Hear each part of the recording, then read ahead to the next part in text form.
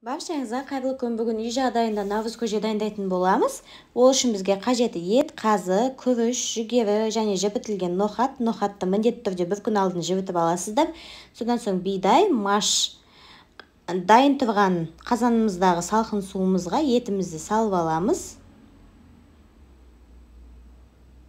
Етті жуып салғандарыңыз дұрыс, мен өзім жуып саламын.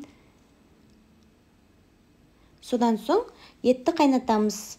Мен жүгері мен бидайды бұқтырып аламын, яғни қайнатып аламын, себебі пісуі сәл қиындау болғандықтан бұқтырып алғандарыңыз дұрыс. Етіміз қайнап шыққасын көбігін жақсылап тазалап алып, құрттың үстіне еттің суын құйып, құртты жақсылап бір келкі болғанша езіп аламыз. Содан соң ет піскесін етті алып майда етіп турап, қайта қазанға саламыз. Одан соң машты саламыз.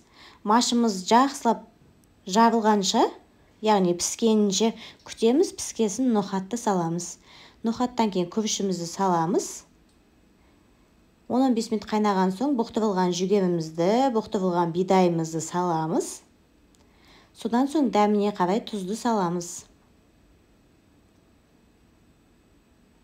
Наурыз көжеміз өте жақсы қайнап жатыр.